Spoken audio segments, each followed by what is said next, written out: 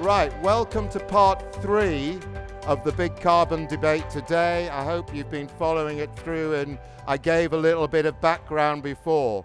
This panel is called Convenience and Sustainability. How do we get the consumer to play their part? Now that is a hell of a title, but it comes down to one thing which we've kind skirt with, don't we, panel? We talk about citizen participation, and without citizens participating in all of these government interventions, and by that I mean at the minimum putting the right thing in the right bin, we're not going to get too far. A lot of this is very dependent on the public coming along with it.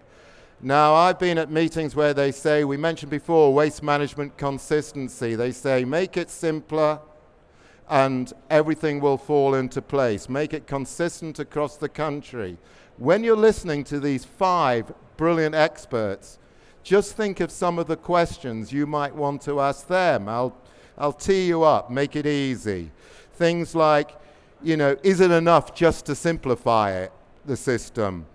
What about the devolved nations? Because they have their own powers with regard to environment. Are there people out there who, whatever you do, will never participate? Should you reward people, or do you punish people for not doing the right thing? Those are issues you might want to think about. You might also think about where we live. And some of us live in the middle of cities, some live in the country, some live in suburbia. Very different environments as far as waste management is concerned. Now, we have got a most brilliant panel. I will do it in the order I've got here. We have Nick Brown, who is Head of Sustainability at Coca-Cola European Partners.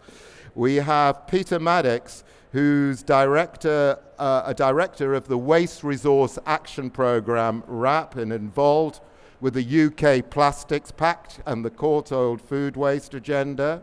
We have Gavin Ellis. Sorry, this one here is Peter. This one here is Gavin. Thank you very much. And he is director and co-founder of an excellent organization, an excellent charity called Hubbub, which I hope you have heard of, and you really should have done. If you haven't done already, please look them up. They have addressed a wide range of sustainability issues in a really interesting way, not blaming. They are actually encouraging right sorts of behavior.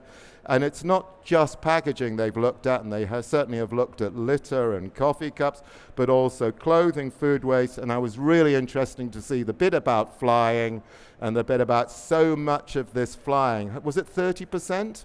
Was hen parties and stag parties? 50%. Oh, well, amazing. Okay.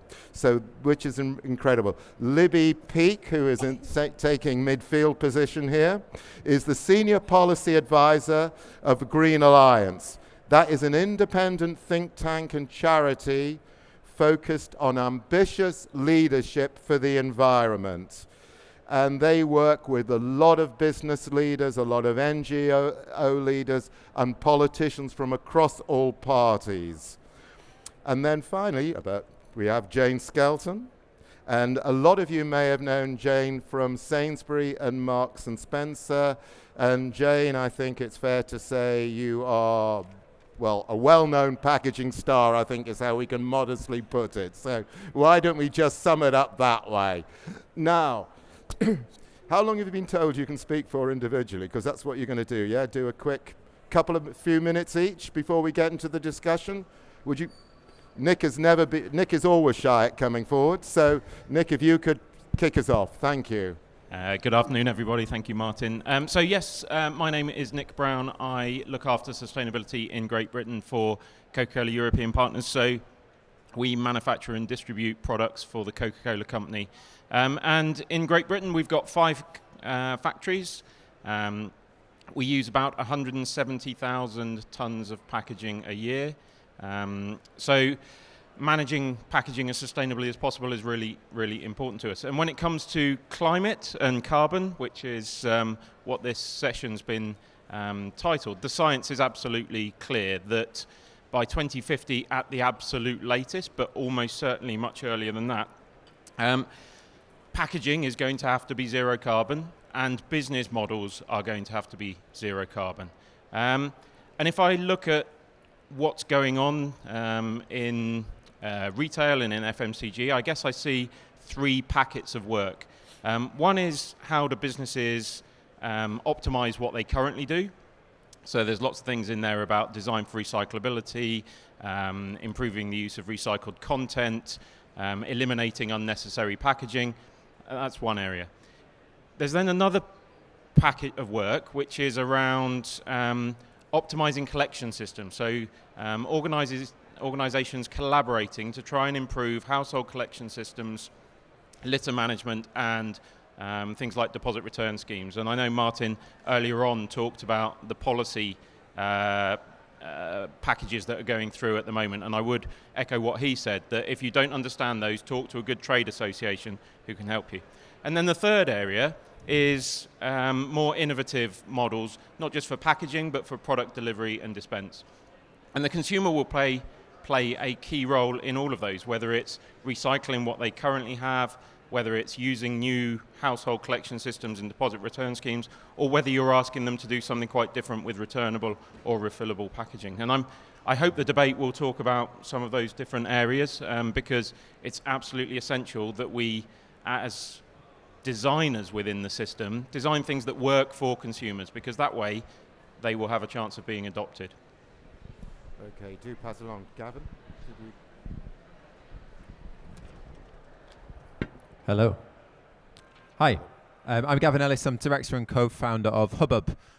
So as Martin said, we're an environmental charity, and we run campaigns that basically tries to get people more interested and engaged in environmental issues, but I think crucially not the already converted, so people who are kind of vaguely aware that there's a bit of an issue going on here but don't quite know where to start or what they can do about it.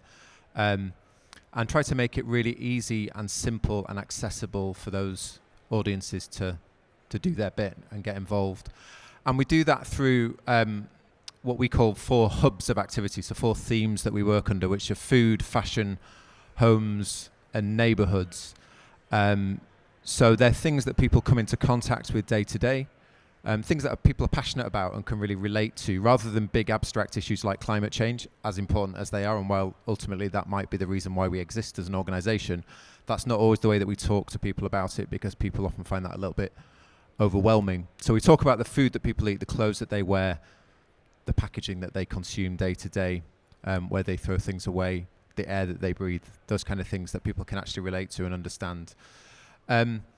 And we run big collaborative projects, so we collaborate with pretty much anyone from big multinational businesses to local authorities to community groups on a whole range of different issues. We've done lots over the last 3 or 4 years on packaging, I suppose, in the sense of recycling and reuse. So we've done some big recycling on the go campaigns in Leeds and Swansea and Edinburgh, experimenting with different ways to try to encourage people to recycle the food and drink packaging that they use when they're out and about on the high street. What we've found, I suppose, to sum it up, is that if you make it really clear, really simple, bright, bold and playful, it tends to work. You can easily overcomplicate things with kind of rewards and that kind of thing. And actually what we found is that the most effective thing is to make bins bright yellow and have massive icons on them. If I could sort of sum it up very simply. I think the other really key thing that's come out of that work is we did a lot of observations of people throwing stuff away, watching people throwing stuff in the bin in Leeds. Fascinating work if you can get it. And on average, people spend less than 2 seconds looking at a bin before they throw something away, and I think that's really crucial to bear that in mind. Most people don't care about this stuff as much as we do, that we're at a packaging conference. To most people, it's just a bit of rubbish in their hand that they want to get rid of as quickly as possible. So I think that's the really crucial thing. We always put ourselves in the mindset of the public who don't really care that much, and it's not a major priority for them.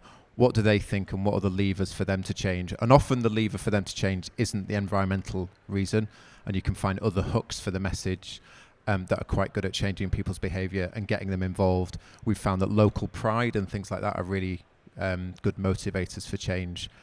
So that's my quick contribution. Libby, thank you. Right. Thanks. So So I'm Libby Peake. I'm the head of resource policy at Green Alliance, which is a charity and think tank. And Martin mentioned a lot of the different groups that we worked with. We also work with academics, and we've had some quite successful collaborations in that space, which I think are most relevant to this conversation. So we did some research with the Centre for Industrial Energy Materials and Products last year. And as part of that, with the University of Cardiff, we worked on some surveys of people about what they want from a resource-efficient economy. And it was really interesting research, and it found that basically the public is really in favor of resource efficiency. They all think it sounds great. I think 99% of people said we should have a resource-efficient economy. I don't know what the 1% who said no were thinking, but they're all behind it. But then when you start asking them about more specific things that they want, it starts to get a bit more varied, their response. So the things that people are most in favor of are the ones that are going to least affect them. It probably won't surprise you very much. So things like having 100% recyclable packaging, having easy to repair, long-lasting products. They love those sorts of things. And I think that those are the obvious places that we should start. We should make things as simple and easy as possible for people so that it's hard for them to mess up. We should do things behind the scenes. And I don't think we've done that yet. So there are lots of things that businesses and government need to do to make that possible. But then, if you're looking forward to the changes that we know are going to be needed in light of a net zero world and in light of resources that are running out and things like that, we are going to have to take people with us, and we are going to have to look at their values and what makes things convenient enough and easy enough for people to do the things that we expect them to do and to have the right sort of incentives. And so a big part of that is it has to be down to talking to people. And so initiatives like the Climate Assembly that's currently going on are going to be really, really important, I think, going forward. Talking to people, finding out what they're willing to do, what their values are, and how you can address them and make the system more sustainable is going to be incredibly important if we want them to play their part in a net zero future, in packaging and every other sort of thing that they use in their daily lives. So, Peter, thank you. So hello, I'm Peter Maddox. I'm director of RAP UK. We're a global charity, and our mission is to create a world which uses its resources sustainably. For the audience today, I just want to draw on a couple of things we do. First of all, our work around plastics. So in the UK, we've launched the UK Plastics Pact. It's the first of its kind in the world. And following that, we've also been involved in the launch of one in South Africa, and a colleague of mine is actually in Malaysia this week to set something up there. So what we're doing in the UK and what's really the characteristics of the pacts are bringing businesses and all their supply chains and governments and the general public together to solve these problems. Our thinking in RAP is very much that we cannot crack some of these big sustainability challenges if we do not bring everybody together. So it's not just about what the public can do, it's about what us all can do it together. The other point I wanted to raise about RAP for you is about our recycling campaigns. We've been doing that for a while. I'm really proud in the last few years how we've completely rethought how we do recycling in the UK under our Recycle Now brand. You probably know the Recycle Now brand from the swoosh. 85% of people in the UK have recognised that swoosh. It means that if people who recognise that swoosh recycle more and they recycle the right things. So it's a really powerful campaign which is really based on understanding the behaviours and the values that people have, understanding the segments and really reaching out to each of those segments in the right way, in the right channel. So it's really exciting, and we're really fortunate in RAP to have lots and lots of businesses, including Coca-Cola, including people like OPRL on my left, too, who actually support us in really making sure that there's a consistent campaign that reaches out to everybody in the UK. I just want to leave you with a couple of things to think about. So my thoughts are, because Martin mentioned it's all about convenience, I would say that the question is not how can we develop packaging and design packaging for convenience. It's more, the question should be, how can you deliver convenient services for consumers? So I would say it's not just about the packaging, it's about the business models that you want to apply to ensure that the public get those convenient services that they want. The second point I wanted to make before I hand over was that it is not, in our opinion, about materials. It's about the system. So there's a lot of thinking whereas, well, actually, if I'd kind of invent a new material and come up with something slightly better or slightly different or market slightly differently, it will sort the problem out. It will not. You have to crack the system. It's about system thinking. Thank you. Thank you. Jane. So good afternoon, I'm Jane Skelton. I have been in the packaging industry, as Martin pointed out, for a while. Thank you, Martin. Sure. Over 20 years. I'm currently working for OPRL, who is the on-pack recycling labelling. Hopefully you all know that, which is very much linked to the Recycle Now swoosh. So thank you for that, Peter. For me, it's all about simplicity, which I think we've already spoke about. It's convenience and it's simplicity.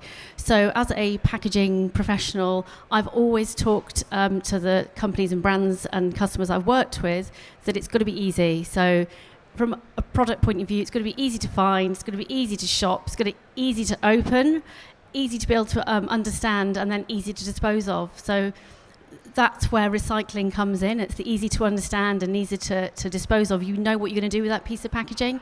So convenience for me is being able to consume something or buy something as and when I want it, and that's what a lot of customers need now. They want stuff right now or they want it next day, and it's the same with recycling. They need to understand exactly how they're going to be able to recycle that packaging, which is why the OPRL new guidelines is it's either recyclable or it's not, so that you're not confusing people. It's all about being easy to understand. And I suppose in my 20-odd years of working in this industry, I always tell people to start with yourself. So think about yourself. Everyone's a consumer. Do you honestly recycle absolutely everything that you consume? I know a couple of years ago when David Attenborough and his show sort of caused a bit of a furore for our industry, and I was stood at a major retailer I was working for at the time, talking to my business, saying, well, actually, start with yourselves. If you know that you can do the right thing, then it's easy for us to talk to our customers about it. And I found myself on a high street in London one very, very hot sunny afternoon and I didn't have one of these bottles. I had a disposable bottle because it was really hot and I was really thirsty. And there was no recycling bins in this particular area of London. So I was stood at a general waste bin saying to myself, do I want to carry this piece of litter around with me? Actually, yes, I do, because I wouldn't be fighting my own fight and I've got to start with myself. So I carried that bottle around until I found a recycling bin. So that's what I would think convenience is for consumers. Thank you. Thank you, thank you. So, right, let's just remind ourselves of this exam question. Okay, convenience and sustainability. How do we get the consumer to play their part? I think when this was set, I think they were thinking along the lines of everybody wants to lead the most convenient and easy lifestyle. Unfortunately, not everybody will carry that packaging. They take Route 1, and we know that because we have litter and we see it everywhere. If I live in a local authority and I work in a local authority and I play in that same local authority, which in the big ones is possible, what is collected is the same. And you remember, you've all talked about making everything as simple and as consistent as possible. Well, as far as my life is concerned, I should know these are the materials which are collected, I should know where I put them, and so on. And yet we still have which are not crazily bad, but people say the recycling rate is whatever, is 60% or whatever, and they complain about that. We know we have too much litter. So are we putting too much faith in saying in a few years' time, 2023, we will have standardized right across England, all local authorities will operate in the same way. We can certainly have national advertising, but are we putting too much faith in that to get the consumer to do the right thing, put the right thing in the right bin, not to litter and so on? Who would like to address that? Can I Libby, it looks like the body language said, this is a question I really wanted. I think that if we had consistent collections by 2023, that would be a good thing. Yeah. I don't think that that's going to go anywhere near as far as we need to go. I would say as well that it's certainly not guaranteed yet that we're going to have consistent collections by 2023. And as far as what the government's aiming for already, it's more harmonisation, not necessarily consistency. So I think as consistent as you can make it, that does make it easier to give people the right messages. We've already seen that OPRL has changed their messaging, but there are still loads of confusing things on packaging, and OPRL isn't mandatory, so people will still not be getting the information that they need just by making those sorts of changes. I think I'll leave it there. Right. Well, I mean, I think you asked about the aspiration. I mean, it is aspirational, and we need to ensure that, everywhere in the home, on the go, and actually in businesses we are effectively collecting the same things. I mean, I would just push back, Martin. I would say look at local authorities. So 99% of local authorities in the UK collect plastic bottles. The recycling rate for PET drinks bottles in the home is over 80%. But the problem is on the go, where we do not have the infrastructure in place. So I think the real challenge is, so we're talking about harmonising it in the homes where we've made some good progress. Yes, we need more to do, but there's a real challenge. How do we support local authorities, communities, councils in pushing that convenience out to other areas outside the home? Okay. I mean, Gavin, thinking about all of that, you talked about the gamification, making it enjoyable, making it playful. On a national scale, is that enough to change the behaviour of those who don't participate? So what I was going to say in response to the original question was, I think the consistency it's going to help, but it also depends what that consistent message is. It's got to be an effective, consistent message, hasn't it? And I think too often recycling communication is kind of couched in lots of jargon and the words that don't actually mean anything to most people. So I think it's really important that we cut through that and talk to the public in a language that they understand. And don't talk in a kind of recycling world language or packaging world language. Is that like the dreaded mixed recyclables? Yeah, mixed recyclate. That doesn't mean anything to most people. That's jargon, and I think we need to cut through that and talk to people in language that they understand. So I think the consistent message, absolutely, it's really important, but it's got to be the right message as well. And if the right message nationally were, wherever you live, you just put this in this bin and that bin. Is that enough, or does it have to go further? I mean, you've done a lot of research. Oh, okay, Peter's done a lot of research here. I think it's really interesting, this thing about consistency, but I can imagine somebody who lives in Southampton is not going to be thinking, I've got a different collection system to somebody living in Sunderland. So, so this is something that's kind of a very industry-wide thing about having consistency. The people who really want consistency is downstream of that. So basically the reprocessors want to know that what's coming out of people's homes actually is composed of the same set of materials. So that's what makes it easier. So I think there's a slight myth that citizens wherever they live are really keen on having consistent collections over the UK. That is really about industry for me. Okay, who wants to take? And just also, I'd like you to think, Nick, because DRS is going to change the way we dispose of things on the go, and Peter mentioned on the go, and it's obviously a critical on the go item. So if you could sort of just give a little bit on that as well, please. Yeah, sure. So to start with, what a great job the local authorities have done over the last decade in moving the whole country from a really, really fractured system, and some local authorities not having any system, to one now where quite a few materials are consistently collected. Yes, in a different coloured bin on a different day, but I don't think for lots of consumer householders that really matters. I think it's important to see those policies together.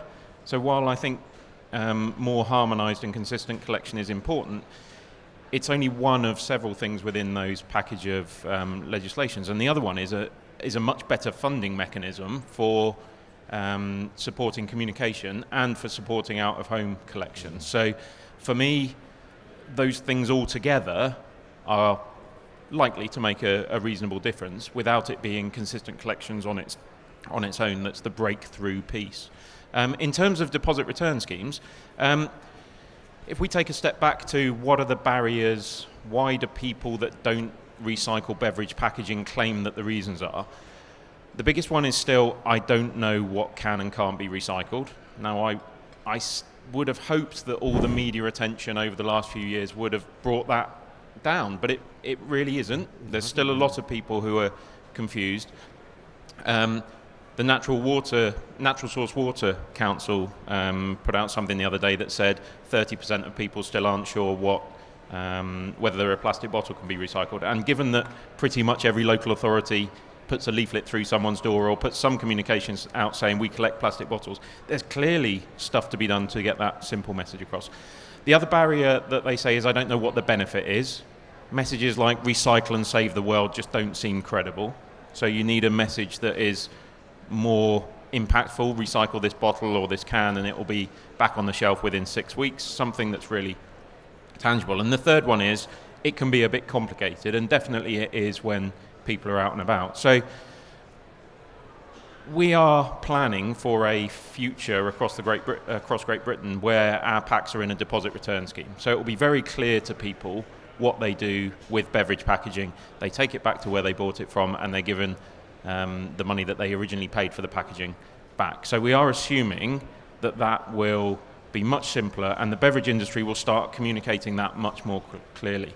For other packaging formats, there is a major opportunity to come together, use this new funding, use the new almost compact between the parties to say, how are we going to design on-the-go recycling and litter collection so that it works, it's communicated, and people understand how to use it. Can we have a quick straw poll before Jane comments? How many people, and I'm going to put my hand up here, at least once a week are looking at a bit of packaging and they don't quite know what to do with it in terms of which bin to put it in? I will gladly put right. Okay, we're all in there. I know, well, I knew what the answer was going to be. However, Jane, I mean, OPRL brilliantly, a binary, yes or no, can recycle, no, recycle, don't recycle, correct, almost fell into the old trap. To what extent is that going to sort out the confusion? And also, how does that work with retailers stocking things with, from your past experience, stocking things which actually say don't recycle? Because inevitably some of it will be, won't it? Yeah, and then you've got items in people's cupboards that will have labels on that are old as well. So there is yeah, exactly. So there's a time issue here that as the new labels roll out, there'll still be some confusion. Also, the whole point of going binary and being simple is to make it as simple as possible.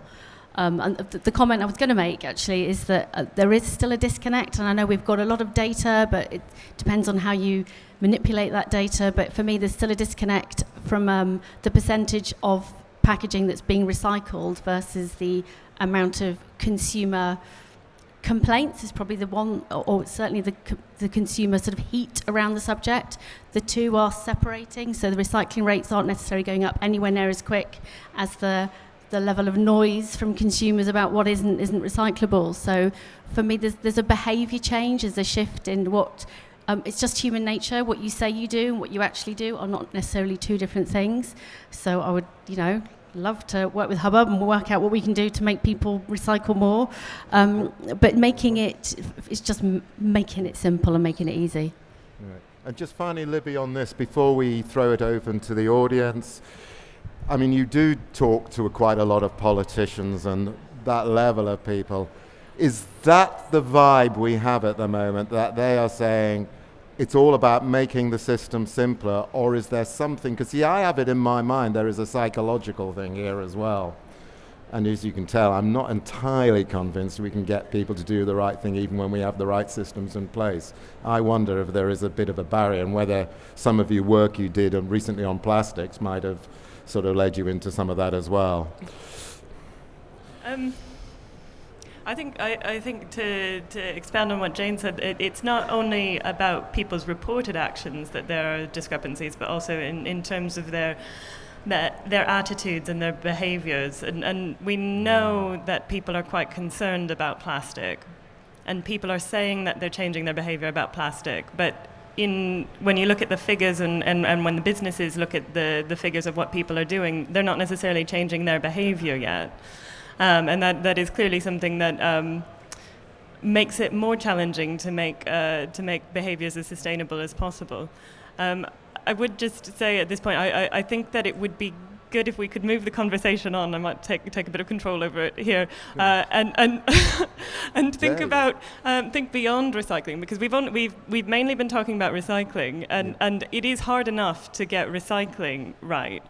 We haven't done that yet in this country, but if we're trying to answer the exam question about what's going to be sustainable, we're going to have to get people to reduce the amount of things that they buy, and also get involved in reuse systems. And those are even harder, and we need to have quite a bit of thought going into what needs to be done in that respect. And I'd say that there are particular challenges in the UK in terms of the amount of stuff that we consume, in terms of how we consume. We consume a lot more on the go than most other places in Europe.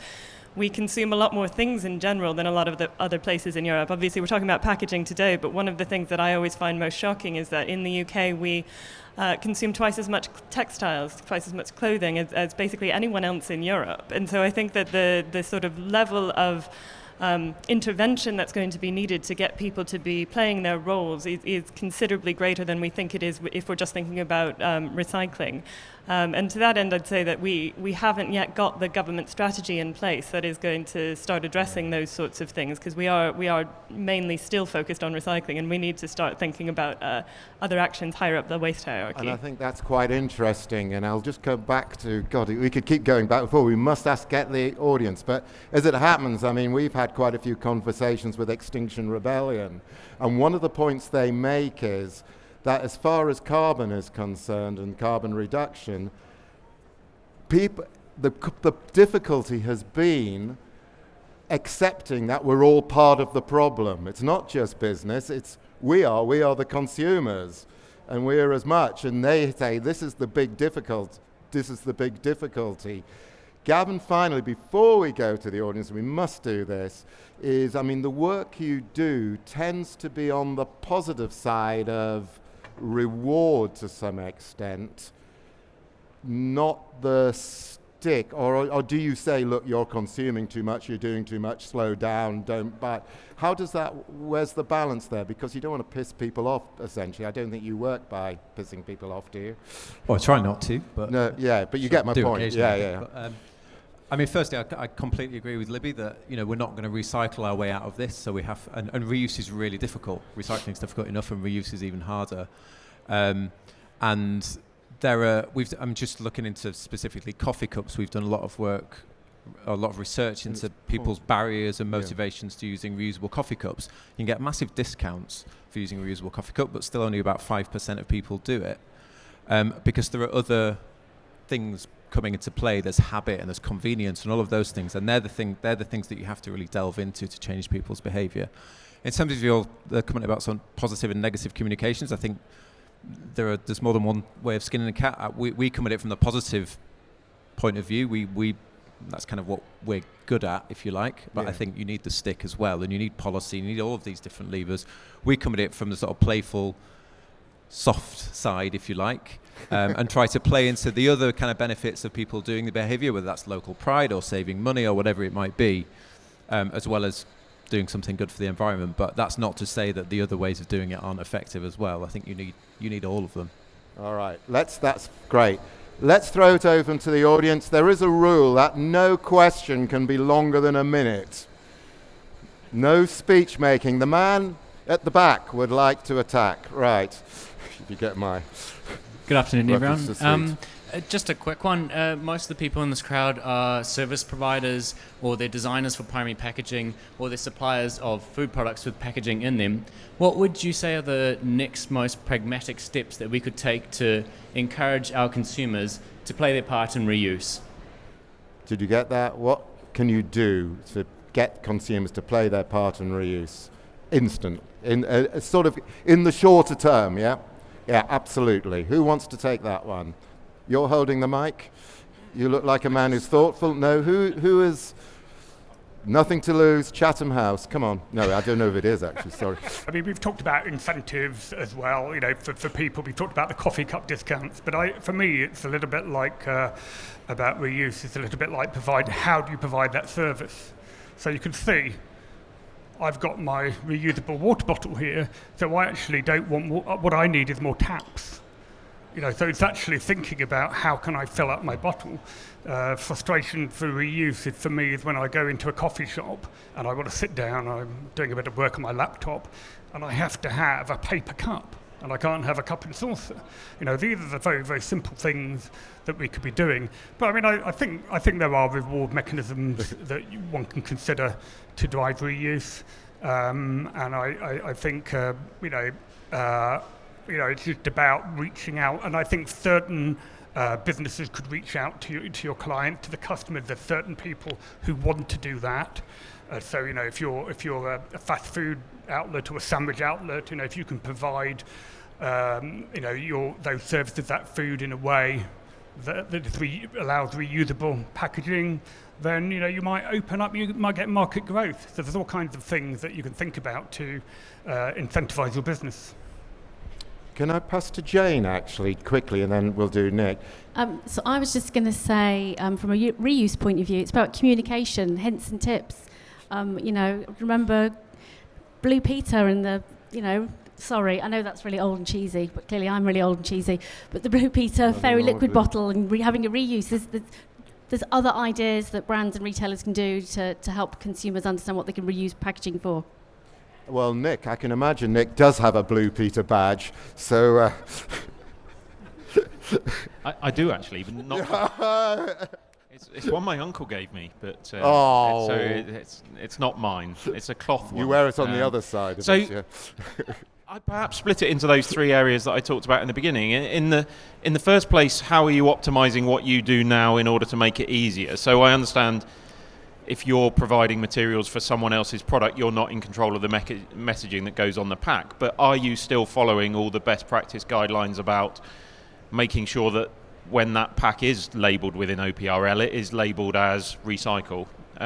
Second one, we do sit here quite often and say, well, we need policy for that or we need legislation for that. This is such an important time with so much legislation being set. Get involved in the debate about what that's going to look like. What is good legislation going to be for your part of the sector? Because this issue isn't going to go away in 2 years' time with bad legislation. It'll be made worse. So try and get involved and help shape it. And then when it comes to innovation, different models, different business models, if you understand the products that your packaging is used for, try and be really creative about, well, what is another way of delivering that? And your customer might not be ready to have that conversation today, but they might be. They might be in 2 months' time, they might be in 6 months' time, but in a year's time, I think most customers are going to be saying, is there another way? Is there a different way? We've seen other people doing innovative things. What are our options? And I think customers will then reward their suppliers that are bringing them innovation and good ideas. Libby, I think Green Alliance has a paper on reusables. I'm sure I looked at the back catalogue. It may not have been you personally. I know you must have looked at it anyway as a business model. I would first of all just echo the call to get involved and get stuck in with the legislation and the policy that's coming through, because we've got some fairly unique opportunities now to get government to act and do the right thing, because we're finally making our own policy. We're finally prioritising resource reduction. The government is. And so I think if they hear from more businesses and more consumers that we want you to do whatever you can to make sure that these systems are viable and to give us the playing field that we need to play on, then they're more likely to do it. In terms of what businesses can do at the moment, I'd say that it would be worth investigating the different types of systems of reuse to figure out what might be most appropriate for your business. Obviously, there are loads of different businesses here. I can't give a blanket response, but there are several different types of systems of reuse. The Ellen MacArthur Foundation has identified 4. I would say that there's probably 5 in terms of how you deliver things to consumers or how you allow consumers to fetch their own things. So it might be that you can get involved with a system where people refill their own containers. It might be that you can get involved with a milkman model where you're delivering the containers and then taking them back. It might be that you could get involved in concentrate, doing things in concentrate, or it might be if you're a takeaway, if you supply takeaway people or you operate a takeaway business, you can think about getting involved with other people in your area to have a refill system where people can still consume things on the go or consume things within a certain area and then return the returnable packaging after they're done using it. So there are multiple different systems that you could potentially get involved with, and I think the best way to do that is just first of all to familiarize yourself with them and to figure out what's most appropriate for your business model. Yeah, before you go to Gavin, and give you more time to think, I can see that.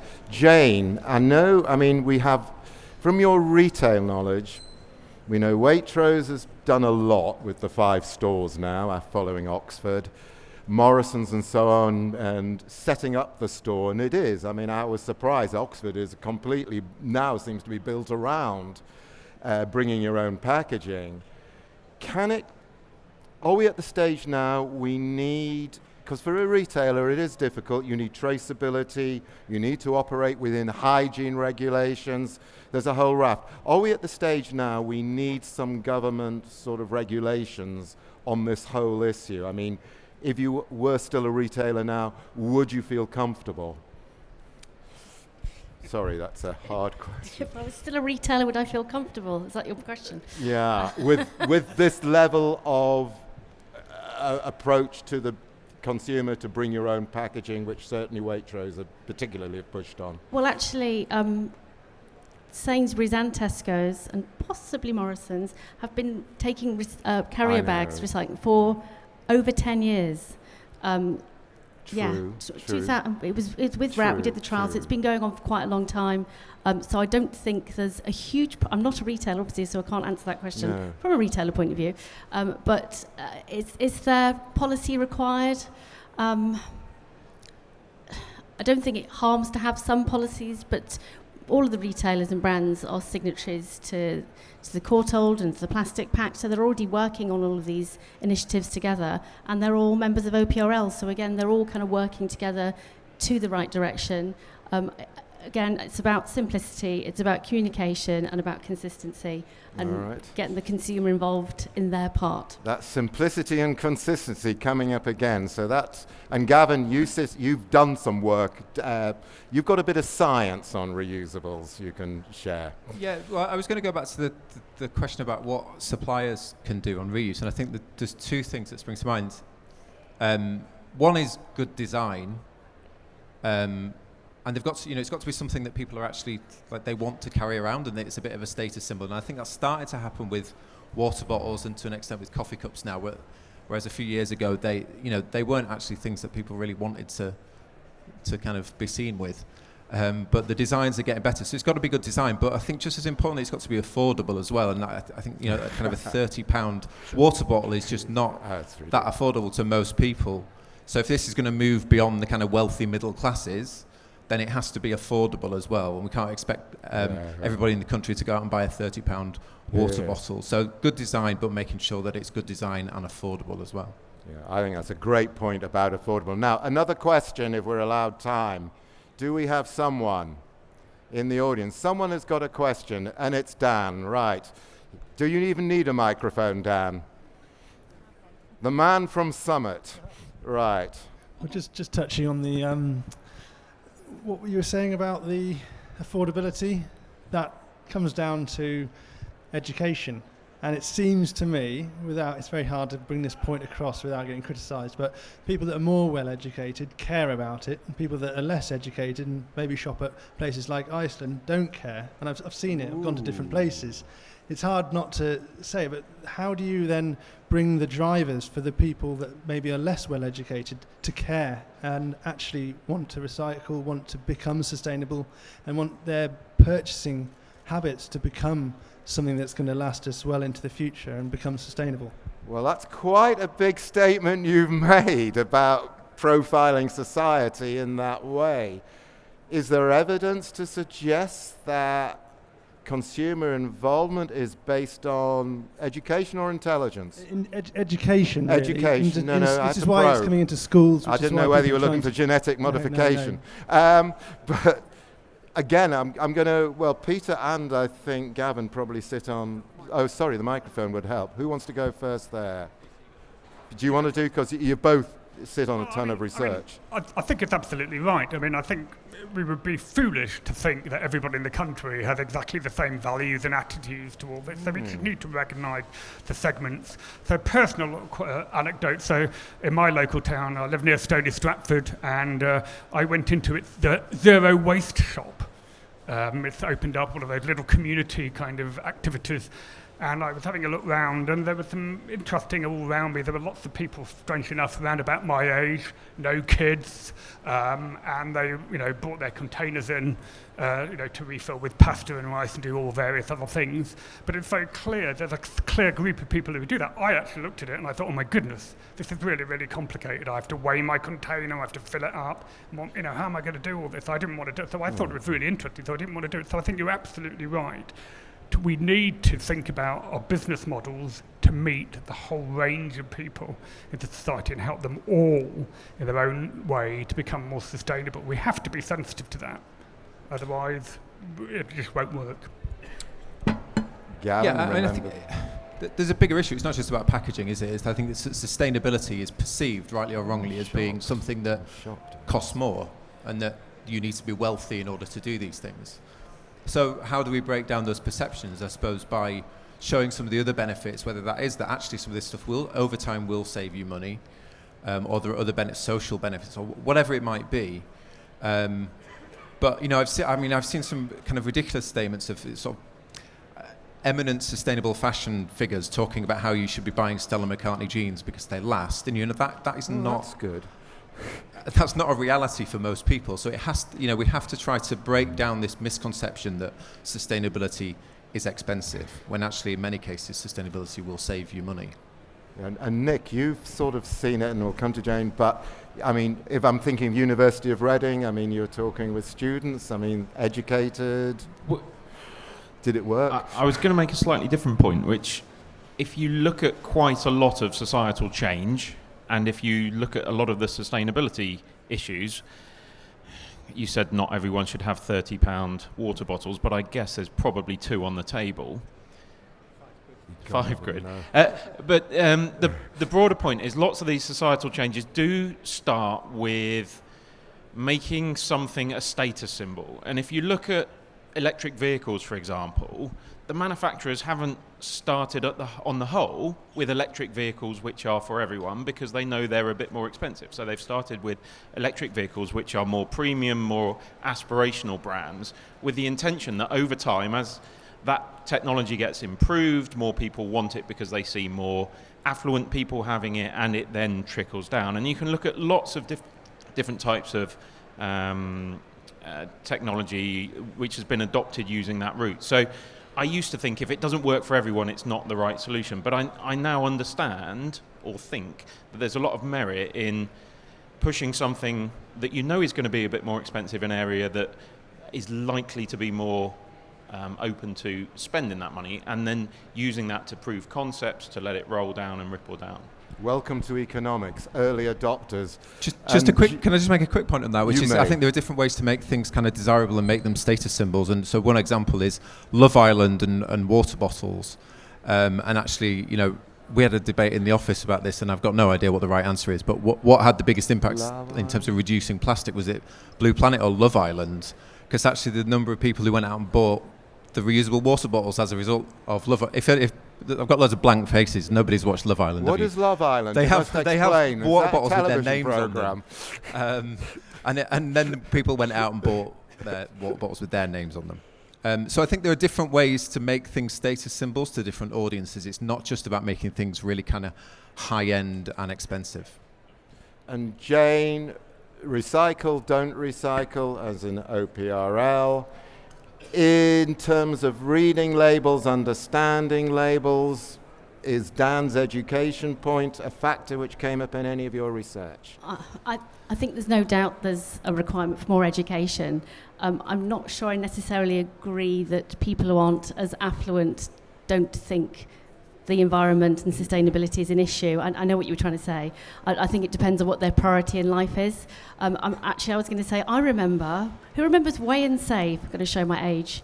Yes, Weigh and Save was if you didn't have enough money to buy a whole packet of something, which is the same concept that now the middle class are using. So it's just rebranded in a different way, but there are ways of making, I know, I am old, terrible, isn't it?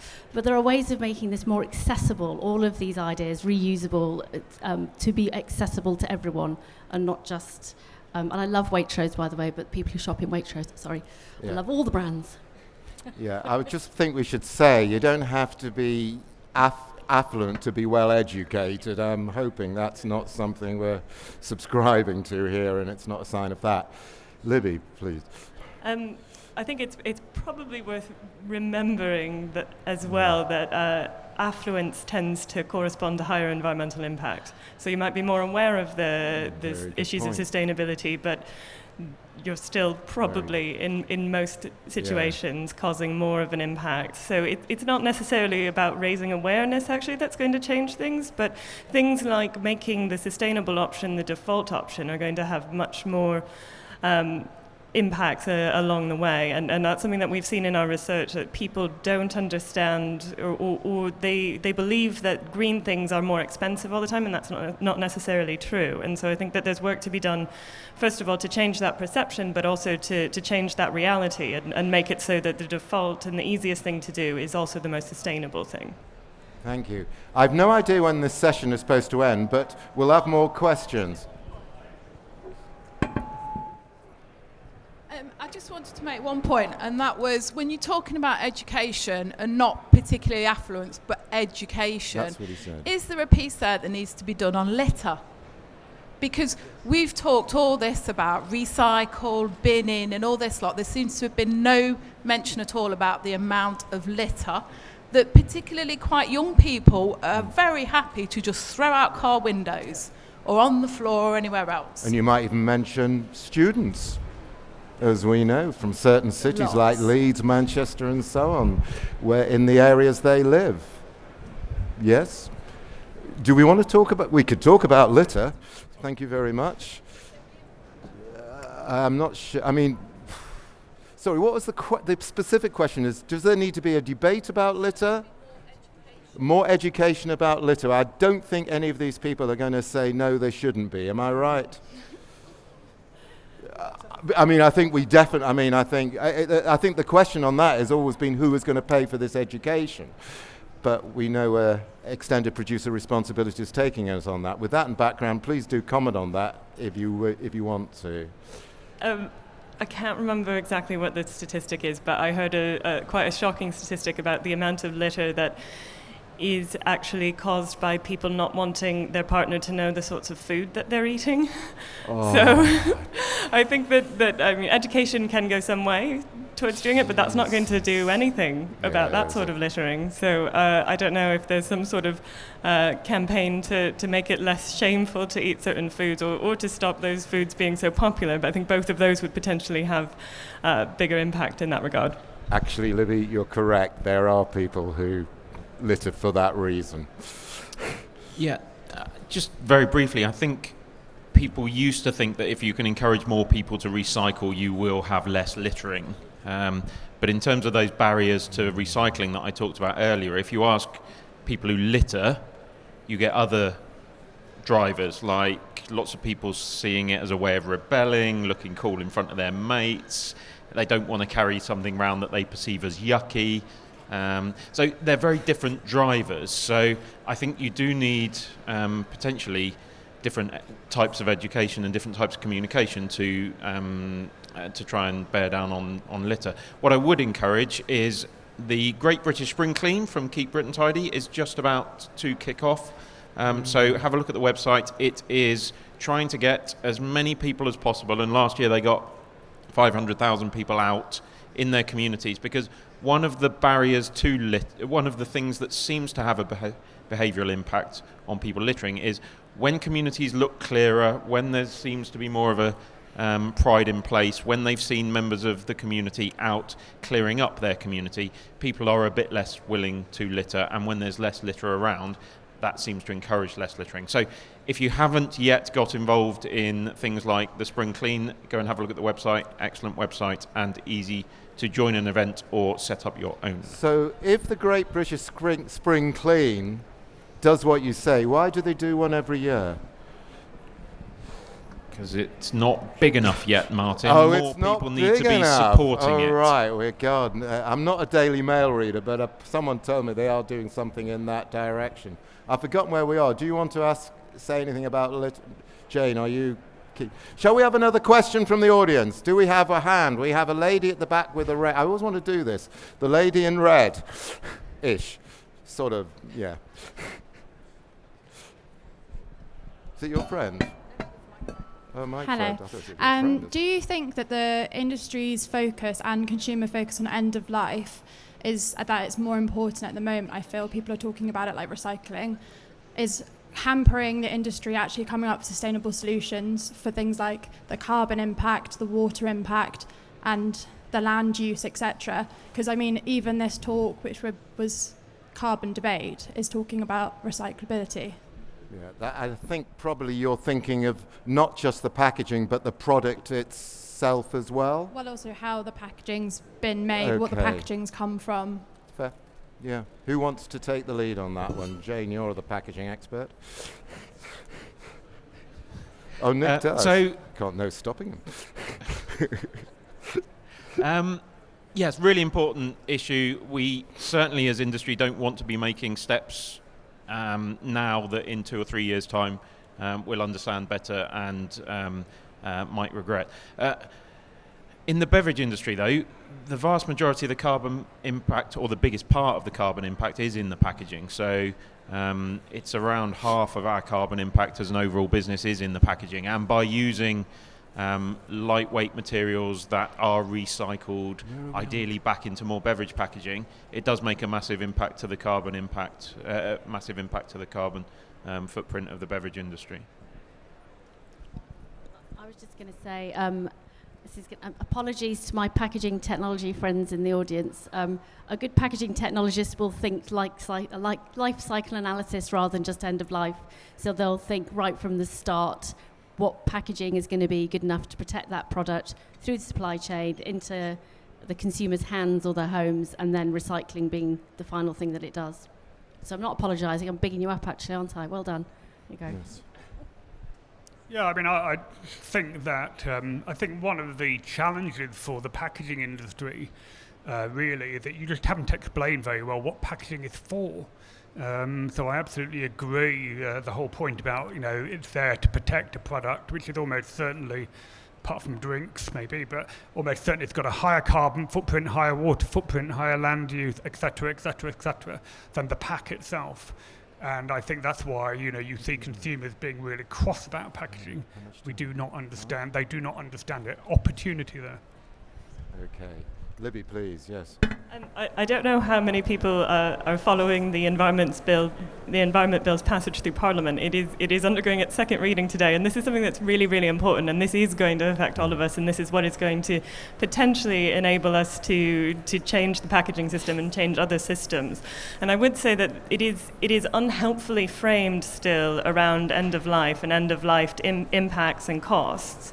The section in the Environment Bill that's talking about EPR is saying that it's going to hold producers responsible for end-of-life costs. And actually, if you read the bill, there is potential to hold producers responsible for other impacts as well, but the sort of framing, the exclusive framing around end-of-life is probably really unhelpful, and we do need to start talking about systems, as we've mentioned already, and about impacts throughout product and packaging life cycles to ensure that we get the most sustainable system in the long run, and not one that just enables people to pay for recycling, which is part of the solution, but sort of the last thing you want to do after you've made it as sustainable as possible in other ways. So Gavin, are we too focused, as you looking at us as an industry, are we too focused on this recycling? Well, I think I'd say it's a really good question, and if we go back to the exam question as well, like how does this all come across for the public? And I think one of the consequences of all of the media attention on plastic over the last couple of years is that the public are quite, as we've said, quite confused about it. And it's understandable that they're making some fairly dubious decisions. I mean, Libby, didn't you write the Green Alliance report recently about sort of different materials worth reading if you get a chance? That just switching from plastic to aluminium or to glass is not the solution.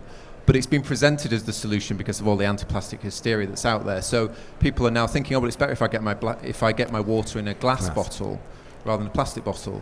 Break it. So absolutely, it has kind of overshadowed what is potentially a much bigger issue, and it's caused huge amounts of confusion for the public in terms of what the right thing to do is, because now the perception at the moment is plastic bad under all circumstances and anything else good, and clearly it's not as straightforward as that. It's much more nuanced than that.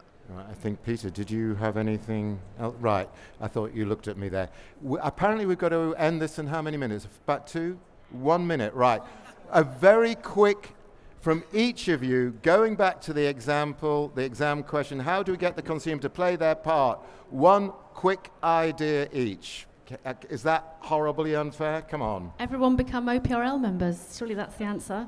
OPRL members, sign up, visit the stand I'm going to say number. the same thing. I do not want to see another witch insight into labels on packs that have lots and lots of different labels that nobody understands. It's quite simple. We need OPRL. Right. Oh God, 2 out of 2. I would say make it as hard as possible for them to do the wrong thing. Oh, that is very well put. Very good.